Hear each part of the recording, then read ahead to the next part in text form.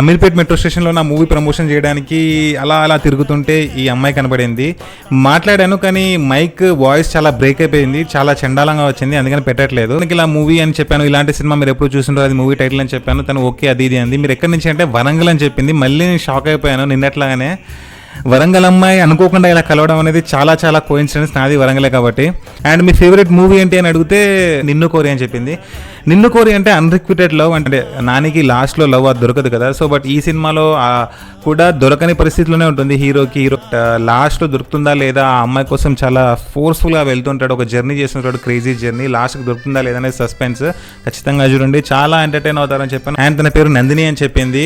మన మైక్లో voice record అవ్వకపోయినా నాకు ఇంకా పేరు గుర్తుంది. ఒక్కసారి మనకు హెల్ప్ చేసిన వాళ్ళ పేరు చెప్తే ఆ పేరుని అస్సలు మర్చిపోను నేను. సూపర్ రాజా.